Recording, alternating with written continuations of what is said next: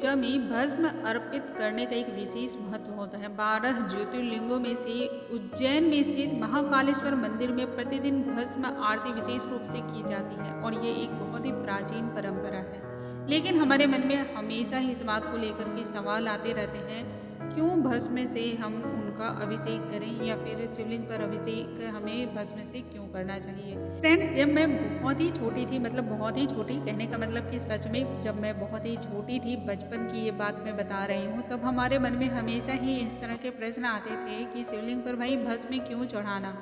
तभी हमें इतनी बुद्धि थी नहीं और भस्म का मतलब भी समझ में नहीं आता था। अक्सर हमारी माँ जो है वो जो चूल्हे में हम वो कोयले जलाते हैं या फिर अंगीठियों में जो हम कोयले जलाते हैं या फिर लकड़ियों का जो जलावन उपयोग किया जाता था, तो छाई यानी कि राख बच जाती थी और हमें ये समझ में आता था इसी राख से जो है उनका अभिषेक किया जाता है। लेकिन जैसे जैसे हम बड़े होते गए और समझ में आया कि ये वो राख नहीं होती है, ये दूसरी ही होती है, भस्म इसे कहते हैं और इसको जो है शिवलिंग पर चढ़ाया जाता है। लेकिन हमेशा ही इस बात को लेकर मैं सोचती रहती थी, क्यों चढ़ाया जाता है, आखिर भस्म से क्या हमें दिलचस्पी है ना।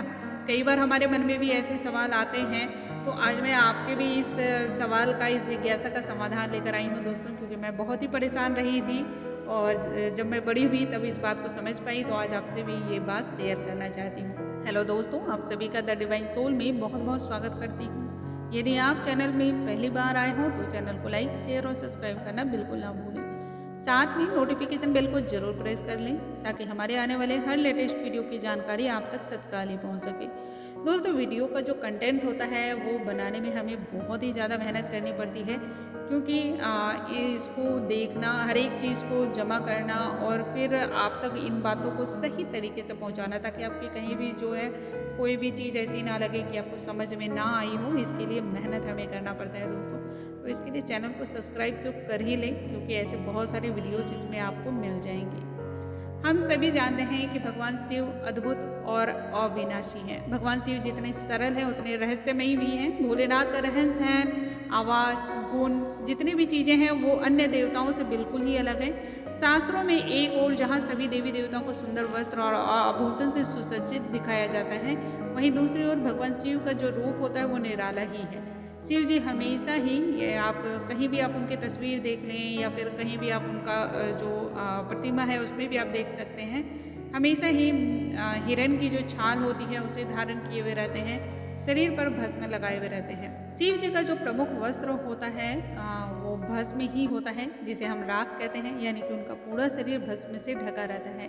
शिव पुराण के अनुसार भस्म सृष्टि का सार है। एक दिन संपूर्ण सृष्टि इसी राख के रूप में परिवर्तित हो जानी है, इसलिए ऐसा माना जाता है चारों युग, त्रेता युग, सतयुग, द्वापर युग और कलियुग के बाद इस सृष्टि का विनाश हो जाता है और पुनः सृष्टि की रचना ब्रह्मा जी के द्वारा की जाती है। ये क्रिया जो है लगातार चलती ही रहती है।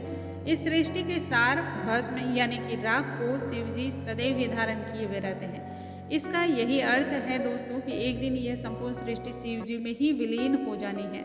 शिव पुराण के अनुसार भस्म तैयार करने के लिए जो कपिला गाय होती है उसके गोबर से बने कंडे, समी, पीपल, पलास, बर, अमलतास और बेर के वृक्ष की लकड़ियों को एक साथ जलाया जाता है और इस दौरान जलाने के साथ जो है मंत्र का उच्चारण किया जाता है। इन चीज़ों को जलाने पर जो भस्म, जो राख प्राप्त होती है उसे कपड़े से छाना जाता है और इस प्रकार से जो भस्म होता है वो मिलता है और फिर इसे शिव जी को अर्पण किया जाता है। ऐसा माना जाता है दोस्तों, इस प्रकार तैयार की गई भस्म को यदि कोई भी इंसान धारण करता है तो वो सभी सुख सुविधाएं प्राप्त करता है। शिव पुराण में ऐसा वर्णित भी है कि ये भस्म यदि कोई भी व्यक्ति धारण करता है तो इससे व्यक्ति का आकर्षण बढ़ता है, समाज में मान और सम्मान की प्राप्ति होती है।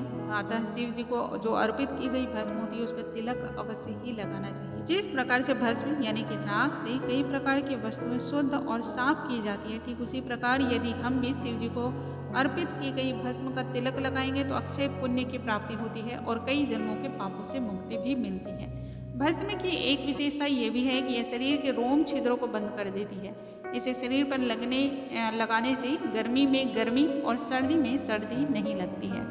भस्म जो है वो त्वचा संबंधित यदि कोई भी रोग होता है तो उसमें भी दवा की तरह ये काम करती हैं। अक्सर ही हम सभी ने दादी नानियों की किस्से कहानियाँ हो या फिर किताबों में हो या फिर कहीं भी आपने ऐसा मूवी में भी आपने देखा होगा कि हमेशा दिखाया गया है शिव जी का जो निवास स्थल है वो कैलाश पर्वत बताया गया है, जहाँ का वातावरण एकदम प्रतिकूल है। इस प्रतिकूल वातावरण को अनुकूल बनाने के लिए भस्म एक महत्वपूर्ण भूमिका निभाती है। भस्म धारण करने वाले शिव जी इस बात को संदेश देते हैं कि परिस्थितियों के अनुसार स्वयं को हमेशा ढाल लेना चाहिए। जहाँ जैसे हालात बनते हैं हमें वैसे ही अपने आप को बिल्कुल उसी के अनुरूप बना लेना चाहिए। इससे जो है जीवन हमेशा बिल्कुल शांत हो जाता है, सुखमय हो जाता है। दोस्तों, मुझे उम्मीद है आज की ये जानकारी आप सभी को बहुत ही अधिक पसंद आई होंगी और आप सभी के बहुत ही काम आने वाली है। ऐसी और भी ढेरों जानकारी के लिए आप लगातार हमारे चैनल पर बने रहें। अगले वीडियो में एक नई जानकारी और अद्भुत जानकारी के साथ फिर से मिलूंगी। तब तक के लिए प्यार भरा नमस्कार दोस्तों।